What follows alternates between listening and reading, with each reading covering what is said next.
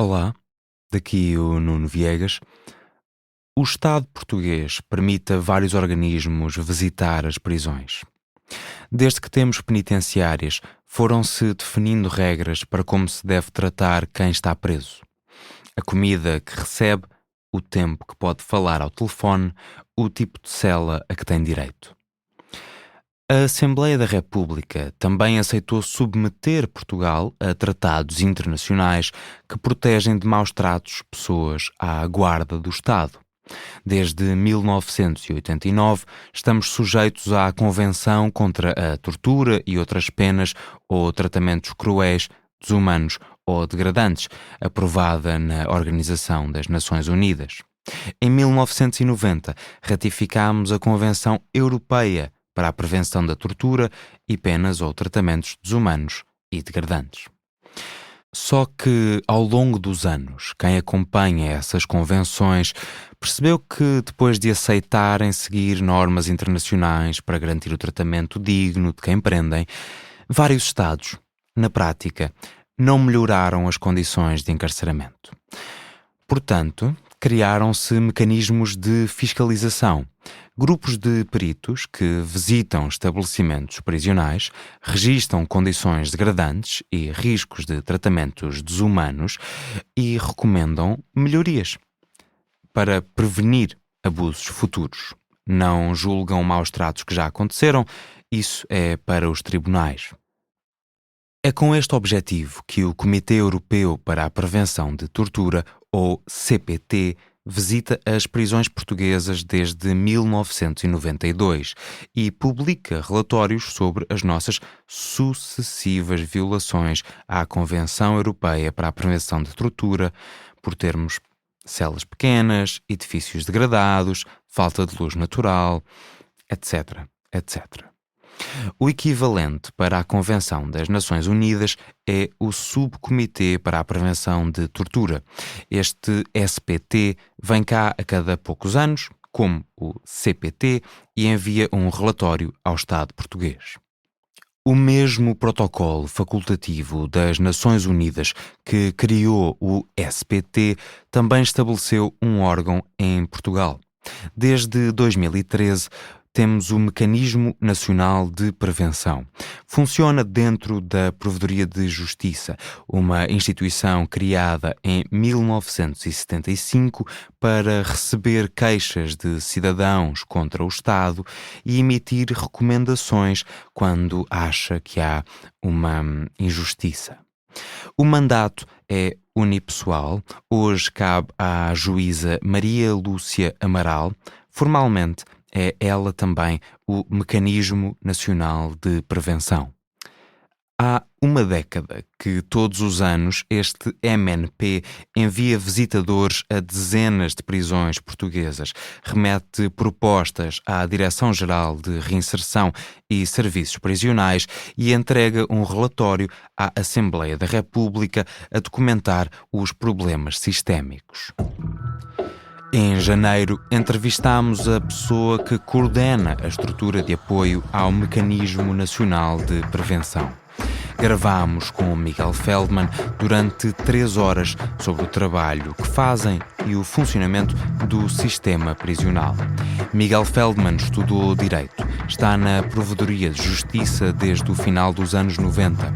No primeiro governo de José Sócrates, passou pelo gabinete do Secretário de Estado da Administração Interna, José Magalhães, e entre 2014 e 2015 esteve no Alto Comissariado para os Direitos Humanos das Nações Unidas. Integra o corpo de visitadores do MNP há uma década.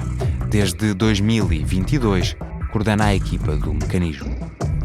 Aqui vais ouvir só parte da entrevista sobre os problemas físicos do parque prisional e as limitações financeiras do sistema de encarceramento português. Quando publicarmos a nossa série sobre prisões, que começamos agora a escrever, havemos de mostrar o resto desta conversa. Fica com a entrevista. Vamos começar por perceber porque é que, na opinião de Miguel Feldman, o Mecanismo Nacional de Prevenção foi bem entregue à Provedoria de Justiça, em vez de ser uma entidade autónoma. Em Portugal, este protocolo adicional que tu referiste entra em vigor em 2013 e o Estado português entende dar este mandato à instituição provedor de justiça. O que faz algum sentido, porque, por um lado, estas entidades que a nível nacional devem fazer as visitas aos locais de privação da liberdade devem apresentar garantias de independência e de autonomia que o provedor de justiça tem a nível interno e até a nível internacional, porque é também reconhecido como instituição nacional de direitos humanos, sendo considerado um interlocutor autónomo e independente no âmbito da monitorização da aplicação das convenções internacionais de direitos humanos nos próprios países e também de ações de promoção dos direitos humanos a nível nacional. Portanto, aí o Provedor de Justiça já estava numa situação de vantagem porque já reunia as condições de independência e de autonomia impostas para este tipo de mecanismos. Por um lado, o Provedor de Justiça é talvez a entidade nacional que, para além da Direção-Geral de Reinserção e Serviços Prisionais, naturalmente, maior conhecimento tem do sistema prisional. Porque, na altura, com o Provedor de Justiça, Menezes Pimentel, que dedicou uma especial atenção a este tema, foi feita em 1996 uma visita geral a todos os estabelecimentos prisionais do país e foi feito um grande relatório que nunca tinha sido feito sobre a realidade prisional. Esse trabalho foi repetido em 99,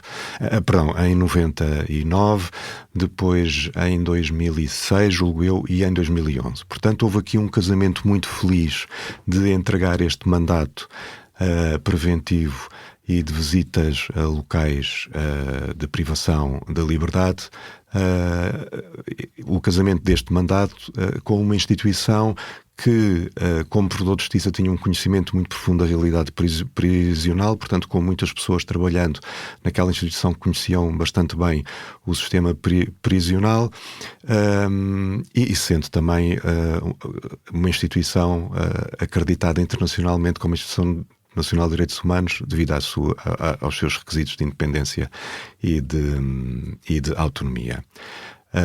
Portanto, este é o enquadramento de como é que surge o Mecanismo Nacional de Prevenção em Portugal. A nível interno, quando este mandato foi conferido ao Provedor de Justiça em 2013, houve depois necessidade de fazer-se alguma alteração orgânica à estrutura da instituição Provedor de Justiça. Isto porque o próprio protocolo facultativo estabelece que, por exemplo, no caso em que o mandato é dado a instituições que já existam, que exista um certo grau de autonomia funcional. Portanto, que se garantam que há pessoas que estão dedicadas só àquele mandato e que há um orçamento que é adjudicado, ao exercício daquele mandato. Portanto, mesmo quando a função do Mecanismo Nacional de Prevenção é conferida a outro órgão, é necessário algumas garantias funcionais.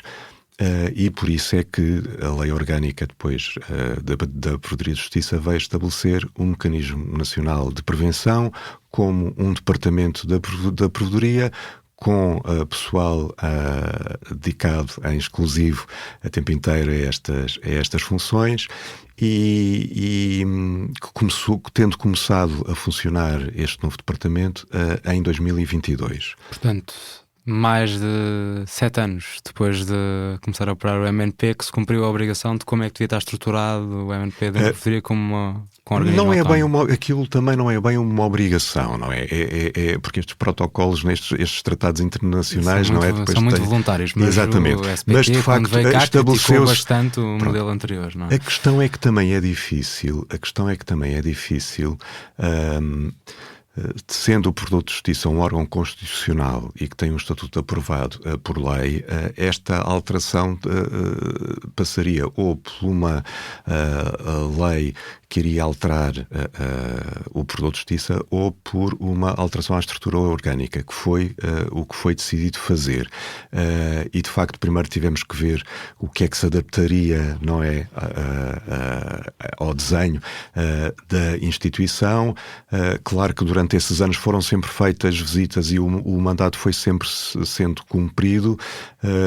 Eu nessa altura também participava nessas iniciativas, nessas visitas, mas não por pessoas que estavam em exclusivo. Portanto, este departamento vai permitir uma dedicação exclusiva ao mandato preventivo em relação aos locais de privação da liberdade. E neste momento, penso que tem 4 pessoas a trabalhar Exatamente. para o MNP. São pessoas suficientes? Têm os recursos que precisam para cumprir o vosso mandato integralmente? Eu diria, assim, numa resposta curta, que sim, para a nossa realidade. É óbvio que é sempre bom nós termos mais meios e é sempre bom podermos expandir a nossa atividade, porque até, embora os locais por excelência de atuação do mecanismo de prevenção são naturalmente em primeira linha os estabelecimentos prisionais, depois também os centros educativos, os centros de detenção de estrangeiros e as áreas de detenção das forças de segurança. Portanto, isto é o núcleo fundamental da atividade dos mecanismos nacionais de prevenção.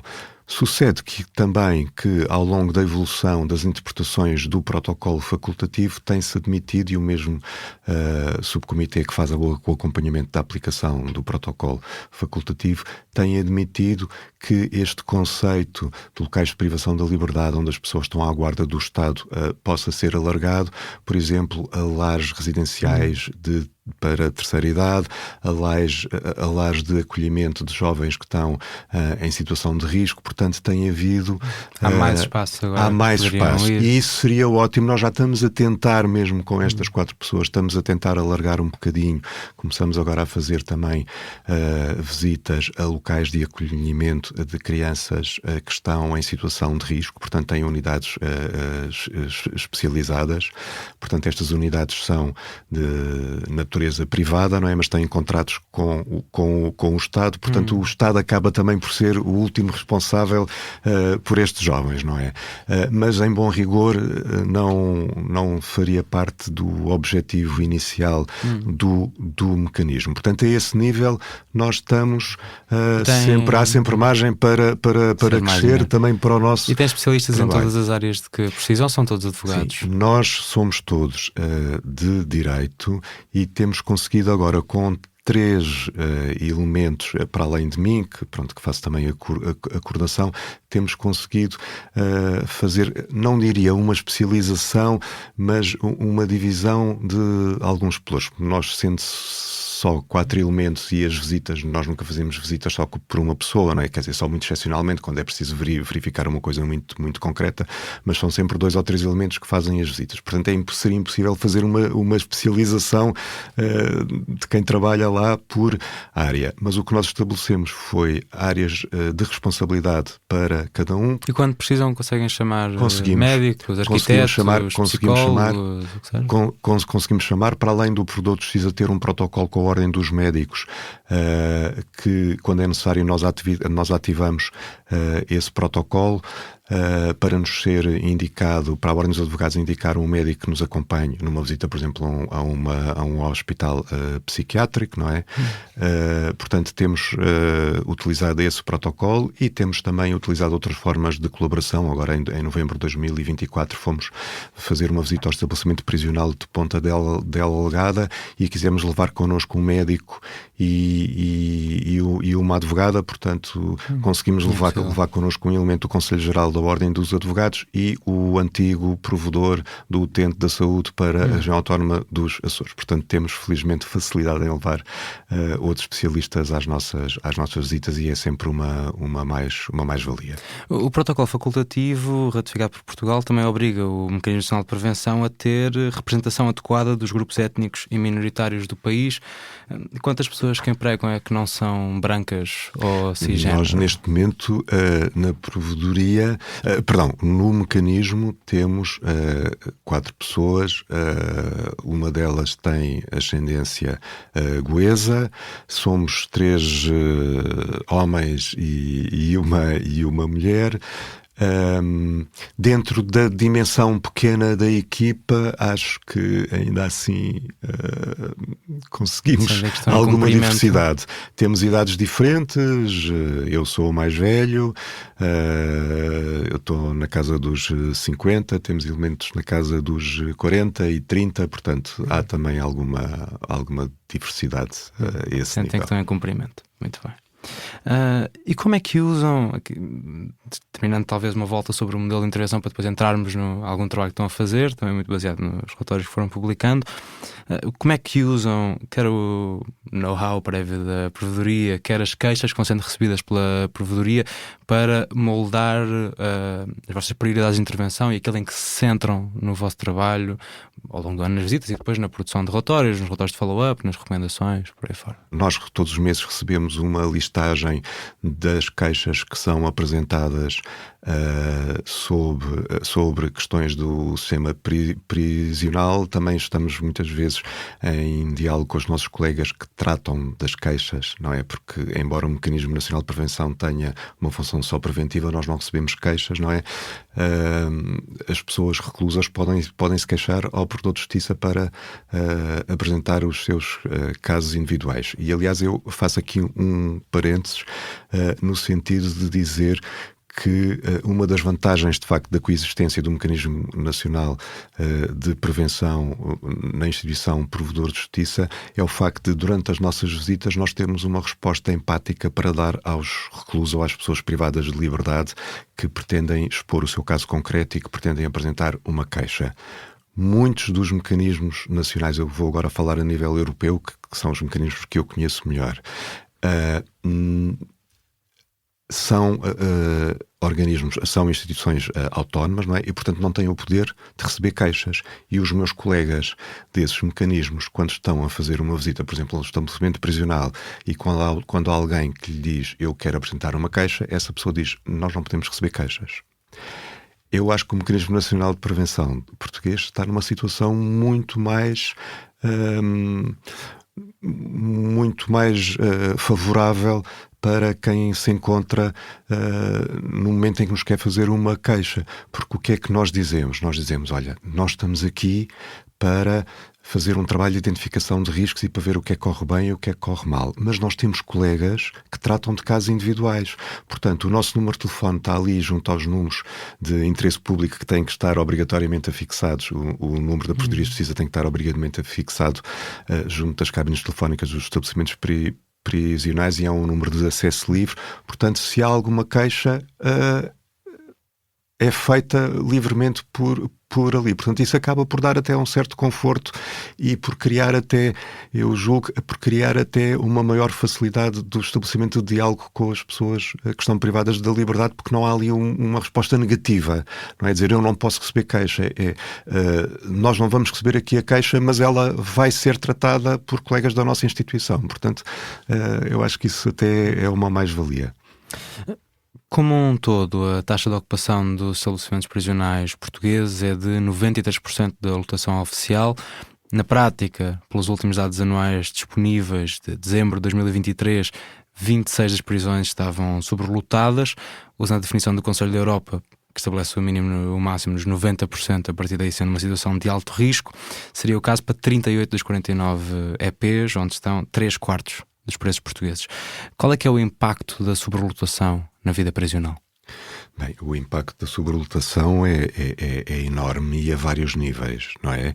E eu aqui se calhar começaria por lembrar que as decisões do Tribunal Europeu dos Direitos Humanos nos últimos 4 ou 5 anos, condenando o Estado português na indemnização de pessoas que estiveram em estabelecimentos prisionais, se prende sobretudo com as condições materiais e relativas, muitas delas, à sobrelotação. Portanto, há um grande impacto da sobrelotação em muitas dimensões, se não quase todas as dimensões da vida penitenciária. E eu vou dar um exemplo. Numa cela para uma pessoa em que estão duas, o simples facto, o facto de existir uma televisão pode ser um ponto de tensão, porque uma das pessoas quer ver a novela e a outra quer ver o telejornal, quer ver o canal de desporto e o outro quer ver o canal da natureza. Portanto, logo aí, isto estamos a falar numa cela com 2 pessoas. Imaginemos uma camarata com 4, ou 5, ou 20, ou 47, como eu vi em São Miguel. Portanto, logo aí há um maior foco de tensão entre a população prisional.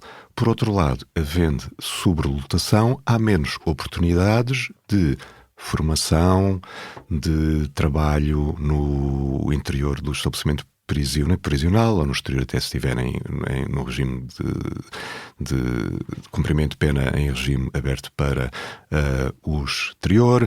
Também a nível de saídas ao exterior, há mais saídas ao exterior, quer atos médicos, quer diligências. Os técnicos que fazem o acompanhamento dos reclusos também veem o número das pessoas que acompanham acrescido. Portanto, há uma série de efeitos nocivos da sobrelotação para um estabelecimento prisional. O Regulamento Geral dos Estabelecimentos Prisionais indica que deve ser garantido a todos os presos um alojamento individual. No relatório que o Mecanismo Nacional de Prevenção apresentou à Assembleia da República em 2022, notam o reiterado incumprimento pelo Estado português das condições mínimas para um alojamento digno. A maioria das celas no Parque Prisional Português são partilhadas ou camaratas, como indicavas agora de Ponta Delgada, que penso que é maior. É maior. Não, felizmente é excepcional, mas não deixa de ser mantém-se assim há alguns anos. De enorme gravidade. E chegou a ter mais de 60 pessoas, já teve mais pessoas do que tem agora. Estas celas, várias vezes, não cumprem também o espaço mínimo exigido pelo Tribunal Europeu dos Direitos Humanos, de 3 metros quadrados por pessoa reclusa, que é menos do que o CPT recomendaria, por exemplo. Estes espaços configuram tratamento desumano? Os espaços podem configurar tratamento, ou melhor, eu diria que as condições destes espaços podem configurar tratamento desumano. Nós temos visitado infelizmente celas em que não se compreende como é que uma pessoa pode viver naquelas condições. E algumas delas até aqui no estabelecimento prisional de Lisboa. Portanto, podem configurar um tratamento desumano ou pelo menos indigno, não é? Indigno. E eu devo salientar que houve um grande esforço também na sequência de uma decisão condenatória do Tribunal Europeu dos Direitos Humanos. Houve um grande esforço no sentido de as instalações sanitárias dos alojamentos coletivos serem dotados de condições de privacidade. E de facto houve um grande esforço da Direção-Geral e das direções dos estabelecimentos, e eu acho que na quase maioria dos estabelecimentos prisionais, os alojamentos coletivos, portanto isto celas que alojam mais do que uma pessoa, têm divisões dos sanitários. Portanto, eu de facto registam essas obras após as primeiras condenações de Tribunal de Direitos Humanos. Há um plano de trabalho da Direção-Geral e registam, pelo menos nos últimos relatórios, tinha havido obras em 18 EPs, mas ainda assim visitam vários em que ainda não está garantido, pelo relatório de 2023, pelo menos 4, e inclusive visitam um no EP de Bragança, onde houve obras, mas não cumpriam as obrigações para garantir a privacidade. Quando há anúncios de melhoria no sistema prisional, como aqui, muitas vezes não garantem verdadeiramente condições dignas. Bom, eu diria talvez que nas novas instalações, nas novas obras que temos visto, eu diria que dignas, que sim. Não sei se, por um lado, cumprem todas as condições regulamentares, e porque já temos visto, de facto, em algumas instalações novas, aspectos que falham, mas se calhar às vezes são aspectos mais ligados com a segurança ou com o uso de materiais, tem mais a ver com o planeamento da obra. Agora, condições que possam levar a maus tratos nestas novas instalações, acho que felizmente as que estão a ser intervencionadas procuram já garantir as condições materiais. Isto não significa... Ainda assim notaram que no EP de Viana do Castelo estavam a planear por reclusos num contentor. Pois, mas isso, não sei se avançou ou se parou. Não, isso para já acho que não teve seguimento. Mas lá está, agora voltando um bocadinho atrás, muitas vezes o facto de um alojamento ter condições dignas e cumprir todas as condições regulamentares não significa que estejam reunidas as condições de tratamento adequado, porque se puserem ali três pessoas com um beliche triplo, não é? E no último, como nós já vimos que a pessoa que fica na cama de cima nem sequer se consegue levantar, porque se levantar a cabeça bate com a cabeça no teto. Obviamente que isso passará logo a ser considerado um tratamento indigno, apesar das condições materiais até poderem ser bastante boas, não é? Portanto, há aqui vários fatores que entram em ponderação. E foram documentando ao longo dos anos várias vezes espaços onde havia 2 pessoas em locais que não cumpriam os requisitos para uma única pessoa. Foi criada em Setúbal, Montijo, em Bragança. Há vários anos que o Mecanismo Nacional de Prevenção nota que as prisões não têm capacidade, nem todas, mas várias delas, para separar reclusos vulneráveis, frequentemente sujeitos a agressões, como é o caso de condenados por agressão sexual. Em 2018 notavam que havia pessoas no EPL, em celas, em cavos, com condições, estou a citar, desumanas, com diminuto acesso ao recreio, a atividades. Em 2021 voltam a descrever essas condições como desumanas. Notam que eles passam 22 horas por dia fechados em cela e registram que a direção do EP reconheceu o problema e afirmou que a Direção-Geral de Reinserção e Serviços Prisionais também estava a par, não tendo procedido à afetação destes reclusos a outra EP onde pudessem ter melhores condições. Como é que a Direção-Geral pode falhar desta forma na proteção de pessoas à sua guarda? Pois, isso é uma pergunta que pode ser feita em muitos aspectos do sistema penitenciário, não é? A resposta mais simples é a falta de meios. E que eu acredito mesmo, porque não acho que ninguém tem vontade, não é? O Estado, nem a Direção-Geral, e nós já trabalhamos com vários diretores-gerais e de facto não há uma vontade de tratar mal as pessoas, não é? Não há consciência de que são situações que dificilmente podem ser toleradas. Mas também é muito difícil, perante a falta de meios que a Direção-Geral tem, meios financeiros, meios humanos, não é? De conseguir dar uma resposta rápida a situações que são de facto intoleráveis, mas naturalmente não há uma vontade em manter as pessoas nestas condições, mas o que é importante é ter a consciência que a responsabilidade não é da Direção-Geral só, é do Estado e, portanto, sendo uma responsabilidade do Estado, tem que haver uma compreensão coletiva para o investimento no sistema prisional, no sentido que permita rapidamente resolver situações como estas. Como mencionavas há pouco, Portugal desde 2020 foi condenado, que eu saiba, em 7 casos diferentes no Tribunal Europeu de Direitos Humanos. É capaz de ter havido mais um ou outro este ano que eu não apanhei.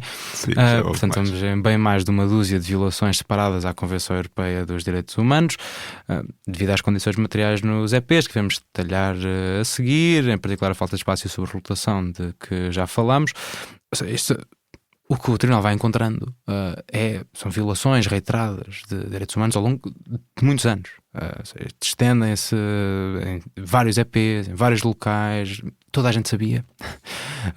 E quando referes os relatórios da Provedoria de 96 e 99, já está tudo. O CPT vem cá há 20 anos e está lá tudo. O SPT vem cá menos vezes, mas também documenta exatamente as mesmas coisas. Portanto, nada disto é novidade. Depois das condenações do Tribunal Europeu dos Direitos Humanos, achas que houve uma mudança estrutural no tratamento das pessoas reclusas em Portugal? Uma mudança estrutural não houve, não é? Aliás, até como eu digo, eu acho que essa mudança estrutural no tratamento das pessoas reclusas tem a ver com uma mudança de mentalidade. E, portanto, é muito difícil, não é? Através de decisões do Tribunal Europeu dos Direitos Humanos, em 10 anos, vá lá, ou até mesmo pudesse ser mais, que se muda essa forma estrutural. Eu acho que é necessário consciencializarmos a nossa sociedade de que é preciso um investimento no sistema penitenciário e tentar desconstruir a ideia de, ou pelo menos associar de forma a sensibilizar as pessoas para associarem naturalmente a punição de uma pena de prisão a uma possibilidade de regeneração, não é? E de reintegração e de reabilitação, porque hoje em dia não há essa consciência. E eu comento isto muitas vezes com os colegas de trabalho, que mesmo às vezes colegas nossos, licenciados em Direito e pessoas esclarecidas, quando nós falamos no nosso trabalho, têm reações que nós ficamos absolutamente espantados, do género. Mas eles têm cama, mesa e roupa lavada, estão em hotéis de 5 estrelas, se estão ali é porque merecem, quanto piores forem as condições, melhor, não é? E, portanto, a sociedade portuguesa ainda tem esta mentalidade muito enraizada. É preciso... Mas por isso é que eu estranho quando me dizes que acho que ninguém tem vontade de tratar mal as pessoas. Há consciência de que são situações... eu estou a falar da parte... Eu quando te disse que acho que ninguém quer tratar mal as pessoas, estou a falar concretamente em relação à Direção-Geral. E ao Estado, que era a referência que estavas a fazer. O Estado tem consciência de que são situações que não se podem perpetuar. Não me parece ser verdade. Parece-me que, no mínimo, não há nenhuma vontade de tratar bem estas pessoas. Porque havia toda a possibilidade de o fazer ao longo de décadas e décadas e décadas e não houve nenhum esforço para o fazer. Até pode haver a consciência de que isto são situações inadmissíveis. Exatamente. Mas não há nenhum interesse do Estado, e a certo ponto parece-me da Direção-Geral, em alterá-lo substancialmente. Eu acho que eu volto a dizer, eu acho que há interesse em melhorar. Não tenho. Mas eu percebo mas que tu como dizes. Eu tenho interesse em deixar de fumar. Eu percebo o que tu estás a dizer. Mas não o faço. Eu percebo o que tu estás a dizer, mas eu acredito que as pessoas, quando lá estão e quando passam por lá, têm mesmo vontade de fazer. E eu, como eu digo, já tive contactos com pelo menos 3 diretores gerais de reinserção e serviços prisionais. Conheço outros 2 que já foram e com quem trabalhei. Com um dos quais trabalhei, e eu acho que as pessoas têm mesmo vontade de, quando estão ali, só incompetentes? Não é só incompetência, muitas vezes é falta de meios. É falta de orçamento, não haver dinheiro. A falta de meios é decidida, não é? Porque podemos não estar a falar diretamente sobre direções gerais, mas a falta de meios é determinada pelo Ministério da Justiça, pelo Ministério das Finanças. Exatamente, mas é mais a esse nível. E essas pessoas, se calhar, não têm tanta consciência da realidade prisional como o diretor-geral. Isso só será possível se não souberem ler. Os relatórios estão disponíveis. E eu agora gostava de transmitir uma opinião pessoal minha. Não enquanto representante do órgão, e eu por acaso já ouvi, tem graça porque eu ando a dizer isto há muitos anos e eu ouvi há uns meses na televisão exatamente esta frase, que é: as prisões não dão votos. A questão fundamental é esta. E por isso é que nós temos que, se calhar, por começar por fazer um trabalho, pelo menos na minha perspectiva, um trabalho de sensibilização, um trabalho na sociedade, porque as prisões não dão votos.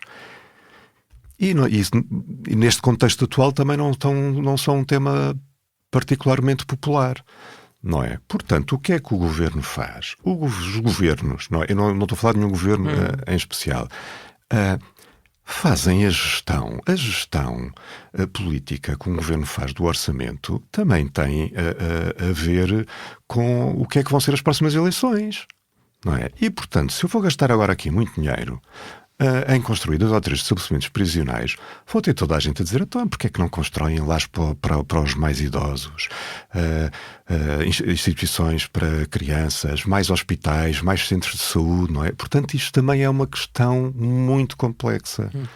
E por isso a minha análise é um bocadinho mais profunda, porque eu acho que a culpa, se calhar, não é só da Direção-Geral, não é só dos ministros, não é só do governo. Tudo isto é um reflexo da sociedade. Por isso é que, lá está, temos que começar a sensibilizar, a fazer as coisas de maneira diferente, a levar, por exemplo, desde de jovens, crianças mesmo no ensino primário, porque não levar casos de sucesso de pessoas que tiveram a cumprir penas de prisão e que são agora conhecidas na comunidade, levar essas pessoas às escolas, a falar com os miúdos. Não vou dizer, obviamente, para levarmos as crianças a visitar os estabelecimentos prisionais. Era a proposta do Betham originalmente. Pois, mas talvez, se calhar, a partir da adolescência mais tardia se possa justificar. Mas também não acho que com radicalismos também nada se consegue. Mas acho que era muito, muito importante também fazermos um trabalho por aí. Eu até diria que a moderação tem sido o papel principal da definição do sistema prisional e tem conseguido relativamente pouco. Eu bem sei que não é assim que funciona o direito internacional, mas é-me bastante estranho ver condenações no Tribunal Europeu dos Direitos Humanos por práticas que, pela convenção, são análogas à tortura em muitos dos artigos, não especificamente no artigo que me interessaria, mas em muitos dos outros, e depois ninguém vai preso por fazer aquilo a outras pessoas. Não é? E que é de facto uma exclusão que está na Convenção. Todos os outros, a tortura tem que ser responsabilizada criminalmente e o Estado tem que fazer uma perseguição. Para os tratamentos cruéis, humanos e degradantes, esse artigo está excluído, não é equiparado. Mas não deveriam ser responsabilizados civilmente, penalmente, os responsáveis públicos por submeter pessoas a tratamentos desumanos e degradantes? Eu pessoalmente acho que todos os agentes que cometem crimes devem ser punidos, devem ser sancionados, não é? E não deveria ser criminal o que se faz. Eu acho que isto é uma questão muito sensível e que tu identificaste bem, que tem que ver com as características do direito internacional público, não é? E a sua falta de coercibilidade e também temos mandatos de captura internacionais contra dirigentes que não são executados, não é? Portanto, é essa falta, esse aspecto do direito internacional público que é da sua própria natureza, não é? Que é da sua própria natureza. É absolutamente voluntário. Mas regressando à sequência sobre condições prisionais, para minorar o conflito sobre acessos aos telefones, também muito provocados devido à sobrelotação e à falta de equipamentos, o Regulamento Geral das Prisões impôs um limite de 5 minutos ao telefonema diário de cada recluso. No relatório de 2015, o MNP registra que a imposição desse limite foi reprovada pelos responsáveis prisionais em Faro por se revelar desproporcional e prejudicial aos reclusos. Em 2018, o próprio MNP considerou que não é tempo suficiente para manter e promover ligações pessoais, nomeadamente familiares. celas. Por isso mesmo elogiou o projeto piloto, em 2020 e 2021, de colocar telefones nas celas no Linhó, em Odmir, em Santa Cruz do Bispo Feminino, em Silves e em Caldas da Rainha, penso eu. Quando é que este modelo vai abranger todas as celas? O propósito é que este projeto piloto de colocação de cabines de telefones nos alojamentos que se estenda a todo o sistema prisional. Portanto, o objetivo é mesmo esse. Até lá vão continuando estas regras dos 5 minutos e a nossa posição, de facto, é a mesma, não é? Este tempo é insuficiente e aliás, não é compaginável com objetivos de reintegração, não é? Porque como é que uma pessoa consegue manter as relações familiares, não é? E com 5 minutos por dia, muitas vezes em horários que não são coincidentes com a altura em que as pessoas estão em casa, não é? E também uma das vantagens deste projeto piloto nas celas é o facto dos horários para fazerem as chamadas serem mais alargados e, portanto, poderem, julgo que até às 8 ou até às 9, e, portanto, poderem falar com filhos que estão na escola, com cônjuges que durante o dia trabalham e, portanto, o propósito, e esperemos que se concretize com alguma rapidez, não é? Até mas lá a nossa posição é a mesma. Ninguém colocou uma previsão para quando é que isto poderia acontecer.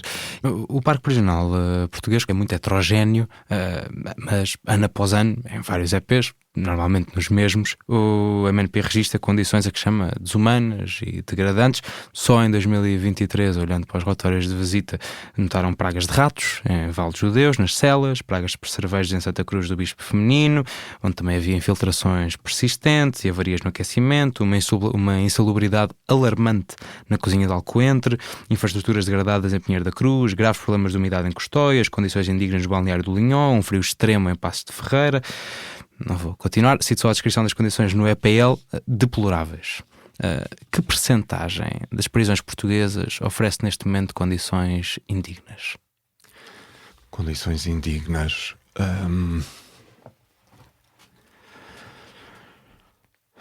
Eu não sei, em termos de percentagem, em termos nós temos 49 estabelecimentos prisionais em Portugal. Condições... há aqui uma coisa que condições... o mesmo estabelecimento pode ter alas com condições bastante dignas e pode ter alojamentos com condições bastante deterioradas e que não ofereçam condições aceitáveis de alojamento. Portanto, é um pouco difícil também estar a falar assim numa percentagem, porque se calhar nos estabelecimentos em que nós vimos essas características dos alojamentos, há celas que estão boas, não é? Ou como, por exemplo, em Alcoentre, que há uma ala nova que está impecável, não é? Mas depois, se formos comparar com as outras alas antigas, os alojamentos aí também estão bastante degradados, não é? Portanto, é muito difícil. Eu diria, talvez, é que uma percentagem de... sei lá, não quero arriscar, talvez uma percentagem de 30% a 40% dos estabelecimentos prisionais têm zonas de alojamento com mais condições, com condições deficientes. E quantos é que têm mesmo que fechar? Quantos é que têm mesmo que fechar? Bem, pelo menos o de Lisboa e o de Ponta Delgada, cujo encerramento já está anunciado há muitos anos. Portanto, esses têm mesmo que fechar. E não só... Pronto, e o mais rápido possível. Não é? E o mais rápido possível. As prisões, como indicavas, não só são muito diferentes entre si, como lá dentro têm condições variáveis entre elas e têm regras diferentes no funcionamento dos EPs. No relatório de 2021, o MNP pedia reflexão sobre as diferenças de tratamento de reclusos com idênticos regimes de execução de pena. Dava um exemplo do EP de Sintra, onde tinham uma ala onde os reclusos estavam soltos a maior parte do dia, uma outra ala, a ala B, na mesma prisão, em que estavam fechados às vezes mais de 24 horas, fazendo refeições na própria cela, o que consideraram que podia ser tratamento desumano. É justo um condenado estar sujeito a uma lotaria para saber se vai cumprir pena num sítio com respeito pelos seus direitos humanos ou não? Com certeza que não. Com certeza que não.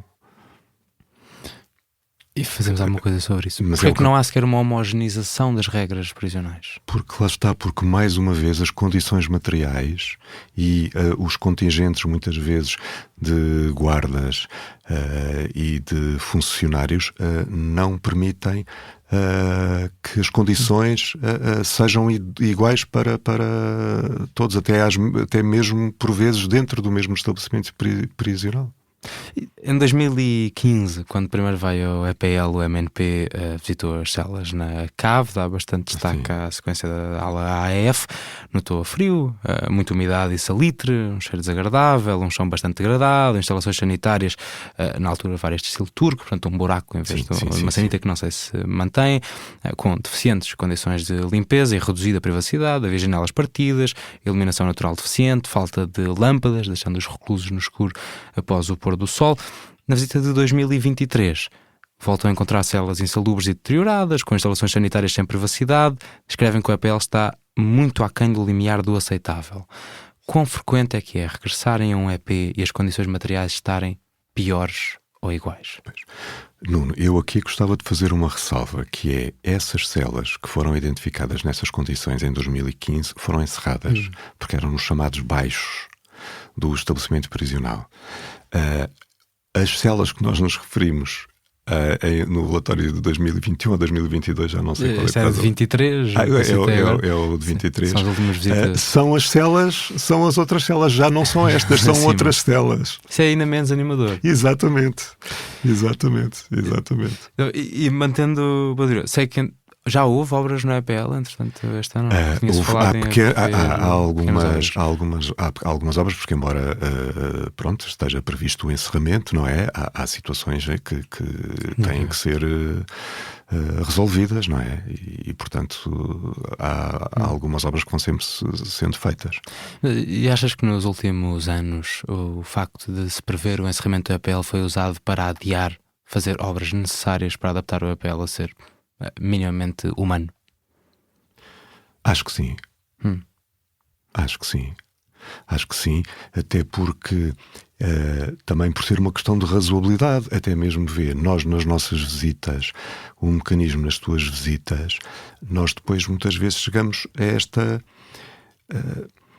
esta conclusão, será que vale a pena estar aqui a recomendar, perante o anúncio do encerramento do EPL para 2026, será que vale a pena estar aqui a recomendar? Que tipo de obras é que vale a pena estar aqui a recomendar? Portanto, isso também é uma dúvida que se coloca na monitorização preventiva do espaço. Mas, sem dúvida, que não podem deixar de ser feitas obras para resolver situações de verdadeira indignidade, não é? E pronto, e mesmo nós, nesta mais recente visita, também as melhorias que entendermos que são urgentes a serem feitas também serão obviamente identificadas. Achas que o EPL vai fechar para o ano? Eu prefiro não responder essa pergunta. Percebo porquê, mas faço-te uma outra então. Porquê que o EPL não tem fechado no prazo determinado, ano após ano, após ano, após ano? Por falta de alternativas de alojamento. Porquê é que não se têm construído alternativas de alojamento que permitam fechar o EPL? Voltamos àquele tema de há bocado, não é? O investimento público na construção de um estabelecimento prisional é uma decisão política com muitas dimensões. Que neste caso chegou a ser anunciada repetidamente. Sim. A pergunta com que começámos esta sequência, na verdade, não respondeste e tinha realmente interesse, que é quão frequente é que é regressarem a um EP, seja no ano seguinte, seja 10 anos depois, e agora com o tempo de atividade do mecanismo é possível ver o contraste entre os relatórios de 2014 e os de 2023, e de ver depois de 2024, quando saírem todos, e encontrarem as condições iguais ou piores. Bom, eu acho que piores, não me lembro assim. Setúbal. Documentam 3 anos depois exatamente isso. O que encontraram em 2014 e 2017 só se degradou. Exatamente, mas não é a norma, sinceramente. Não é a norma. Normalmente, ou está na mesma, não é? Ou são feitas pequenas melhorias. Eu acho que isso deve ser referido. De facto, pode haver situações em que as coisas estão piores, mas elas são residuais. Eu acho que há uma preocupação de se ir tentando resolver as situações mais graves. No relatório de 2019, o MNP sugeriu o fecho da ala central do EP de Alcoentre, conhecida como Torreão. Disse que não compreendia, e cito, como pode um EP funcionar em parte num edificado que, além da sua degradação e sujidade, não cumpre parâmetros mínimos de segurança. No relatório de 2023, notaram que continuava parcialmente em uso, como foi previsto para o início de 2024, entretanto encerrou no primeiro trimestre de 2024. E continua encerrado. É positivo não ter reaberto. Porquê é que se estendem por tanto tempo violações de direitos humanos de reclusos? Sabes, Nuno, eu acho que nós aqui às vezes estamos sempre um bocadinho à volta da mesma coisa, não é? Que é, porque é que não há mudanças no sistema penitenciário? Mas se calhar isto podia ser dito em relação a qualquer assunto que se fale no sistema penitenciário, é porque é que não há mudanças a este nível? Porque é que não há grandes mudanças a nível de efetividade de programas de formação, de programas, uma coisa que eu acho essencial, que são os programas dirigidos às necessidades dirigidos a necessidades para certo tipo de crimes, para pessoas que praticam certo tipo de crimes. Portanto, isto vai tudo dar ao mesmo. Porque não há investimento do Estado. Tenho mais uma neste ponto que realmente me confunde. Porque me parece pequena. O Regulamento Geral das Prisões obriga a que os espaços de alojamento tenham um sistema de alarme e comunicação que permita aos reclusos entrarem em contacto com o pessoal em qualquer momento. Há anos que o MNP encontra os botões de emergência em falta ou avariados, total ou parcialmente, na Guarda, em Ezeiza, em Leiria, em Valdes de Deus, em Lisboa, até no Montijo, onde chegaram a elogiar uma opção de botões Bluetooth e depois perceberam que ficavam sem bateria no ano seguinte.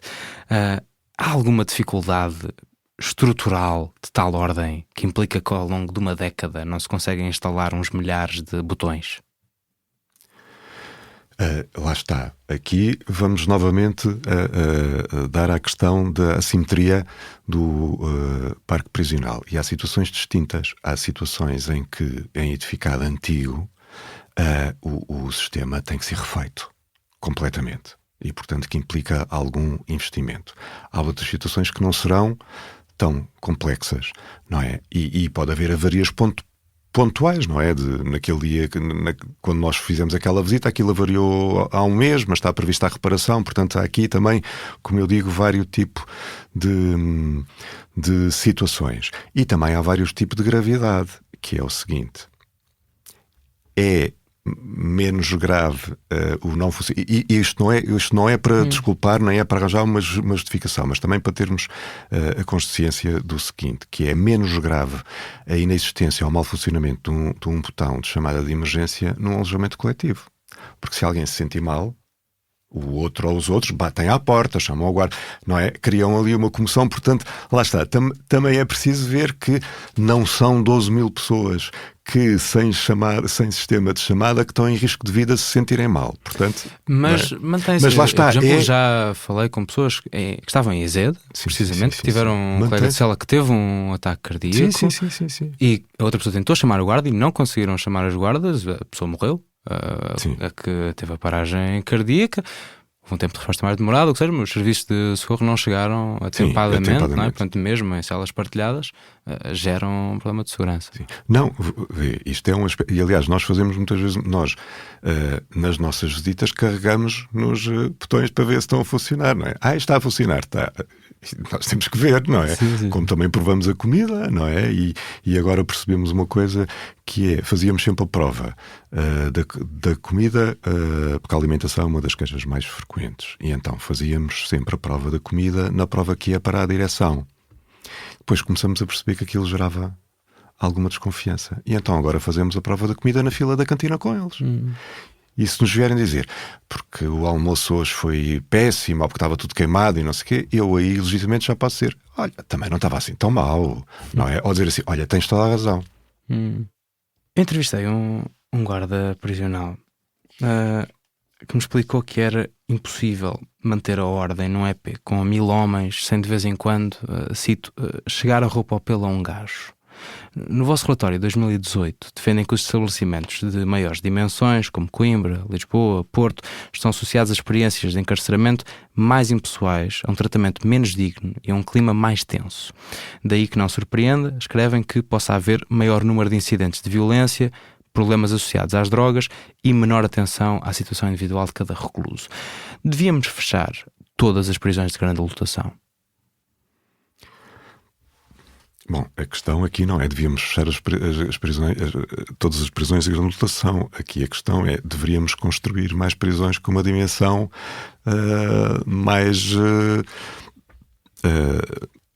com uma dimensão inferior, não é? Com uma dimensão que permita uma vivência prisional mais estável.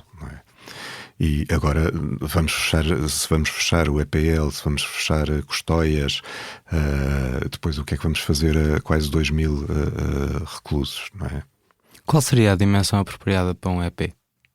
Idealmente. Idealmente. Isto por acaso nós já às vezes temos esta discussão até em equipa e com outros até com outros colegas de outros mecanismos em encontros internacionais e tudo.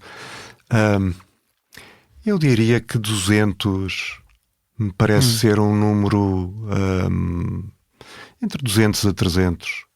Parece-me que era Quer dizer, isto para um modelo de prisão, não é? Não estamos a falar de outros modelos de privação de liberdade, não é? Para reclusos alternativos. Estamos aqui a falar do sistema tradicional penitenciário, não é? Em 2017... quando se previa a criação da nova prisão modelo no Montijo, que chamavam a prisão do século XXI, era suposto uma lotação de 600 pessoas. O arquiteto que veio desenhar esse primeiro estudo, Jorge Mialha, deu-nos uma entrevista em que descreve como o governo inviabilizou a proposta para ter prisões mais pequenas porque ia ser muito caro. Porquê é que os decisores, sei que a resposta será certamente económica, mas porquê é que os decisores parecem ser indiferentes a décadas de relatórios de opiniões de mecanismos nacionais de prevenção, de arquitetos de experiências internacionais sobre como é que se constroem EPs mais dignos? Isto não se limita à lotação. Jorge Mialha descreve também a resistência da Direção-Geral de Retenção e Serviços Prisionais, por exemplo, a retirar as grades das janelas, que acabaram por aparecer no estudo, algumas delas sem grades, mas após grande debate interno, apesar de não colocar uma questão de segurança. Lá está, tu já deste a tua resposta, não é? Mas eu também acho que é uma coisa interessante. Eu acho que o desconhecimento da realidade prisional por parte, muitas vezes, dos decisores, desconhecimento físico, não é?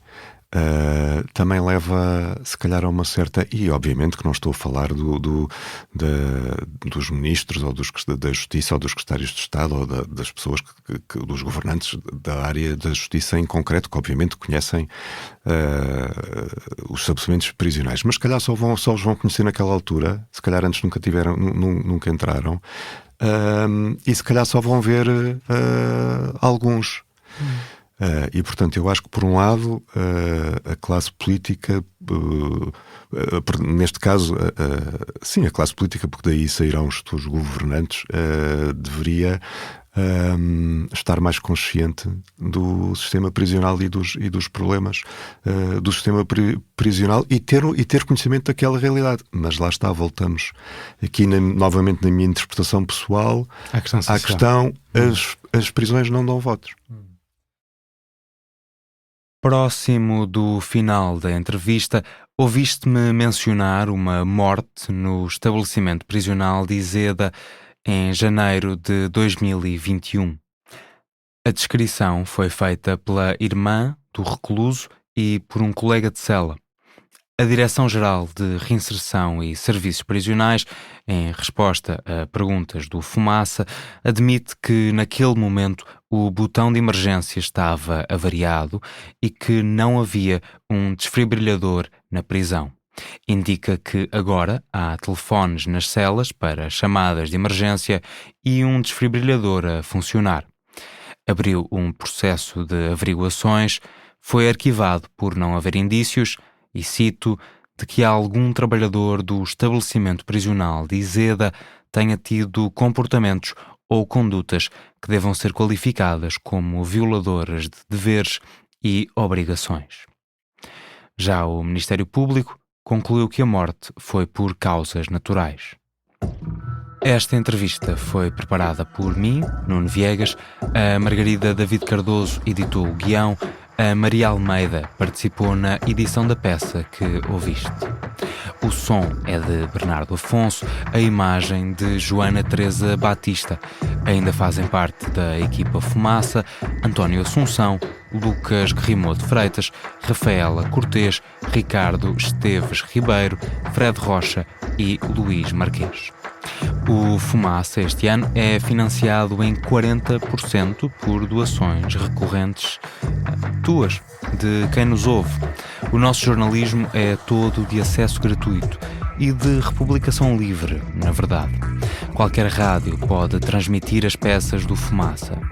Isso quer dizer que só conseguimos pagar ordenados se as pessoas decidirem doar porque acham que o jornalismo que fazemos vale a pena. Continuamos a existir se tu achares que faz sentido eu ler 1000 páginas de relatórios do Mecanismo Nacional de Prevenção para preparar uma única entrevista. Para mim, bom uso de tempo. Se concordares, ajuda-me a ter salário até acabar de escrever a série sobre o sistema prisional que começámos há 3 anos. Faz uma doação mensal ou anual em fumaca.pt/contribuir. Escolhe o valor que te fizer sentido. Por agora, o resto dos gastos do Fumaça é coberto por bolsas filantrópicas da Fred e da Limelight Foundation. Podes consultar os contratos e os nossos orçamentos em fumaca.pt/transparência. Até já!